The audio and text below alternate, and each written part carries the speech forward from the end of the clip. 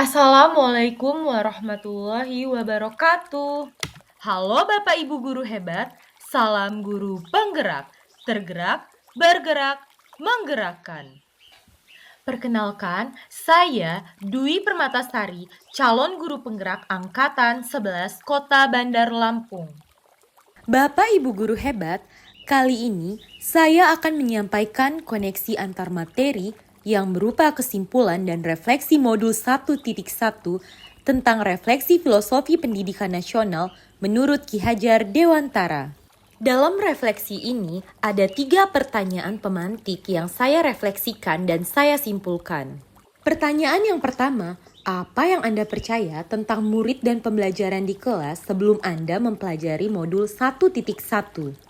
Sebelum saya mempelajari modul 1.1 ini, saya menganggap murid seperti kertas putih yang belum ada tulisannya, dan saya harus mengisi kertas itu dengan metode saya, tanpa memperhatikan keunikan dari masing-masing kertas yang berbeda-beda. Sadar tidak sadar, anak-anak saya kondisikan pasif karena mereka hanya sebuah kertas kosong yang harus diisi.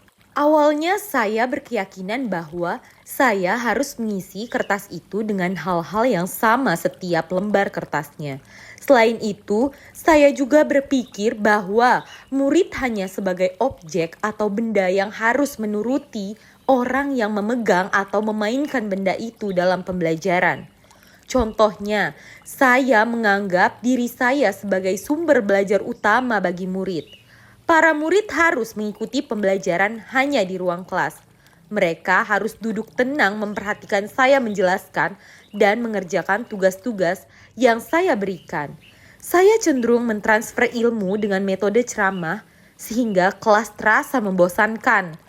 Murid seakan hanya menjadi robot yang melakukan setiap perintah dari saya tanpa diberi kesempatan untuk mereka melakukan dan menemukan secara langsung ilmu yang sedang mereka pelajari.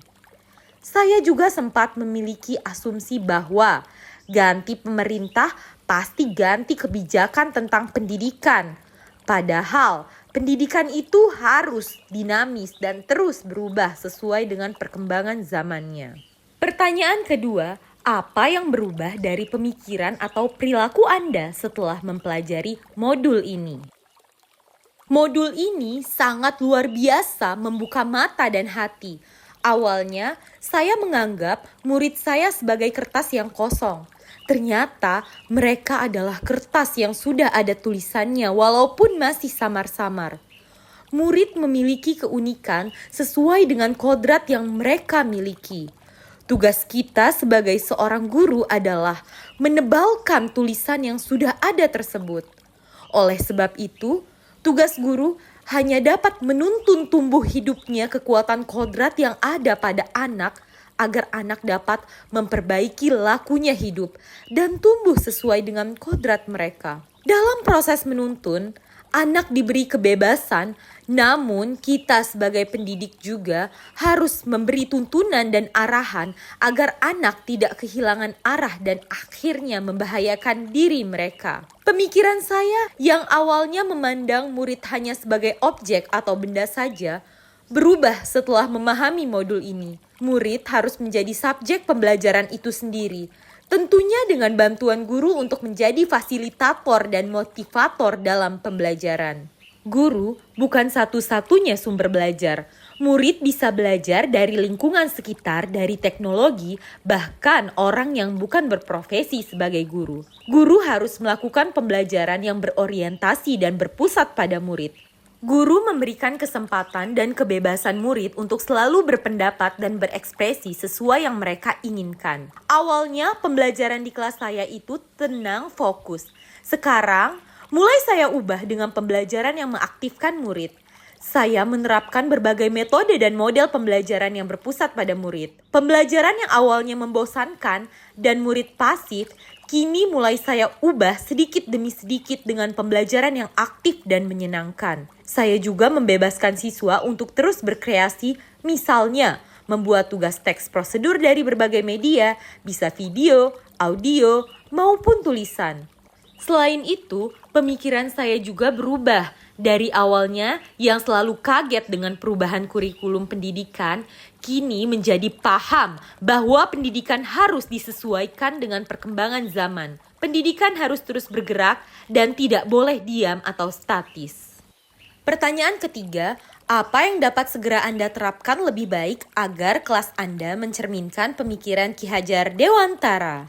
Hal yang segera saya terapkan di kelas saya untuk mencerminkan pemikiran Ki Hajar Dewantara adalah menciptakan suasana belajar yang berpihak pada murid. Pembelajaran yang sesuai dengan kodrat alam dan zaman mereka, mengikut sertakan siswa dalam merencanakan dan melaksanakan proses pembelajaran itu sendiri.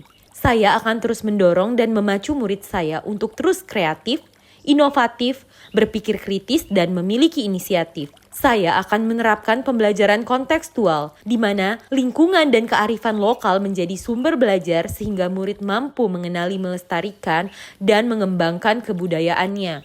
Saya akan menanamkan budi pekerti melalui pembiasaan-pembiasaan baik dalam pembelajaran. Saya juga akan terus berkolaborasi dengan berbagai pihak seperti orang tua dan masyarakat sekitar dalam mengembangkan pembelajaran dan menanamkan nilai-nilai budi pekerti.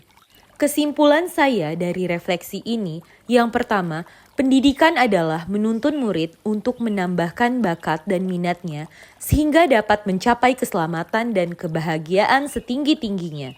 Yang kedua, pendidikan bukan hanya mentransfer ilmu dan nilai saja, tapi ada penanaman budi pekerti dan mendidik siswa sesuai kodrat alam dan zaman mereka.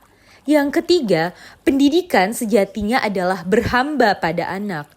Demikian tadi refleksi dan kesimpulan saya setelah memahami modul 1.1 ini. Terima kasih. Wassalamualaikum warahmatullahi wabarakatuh.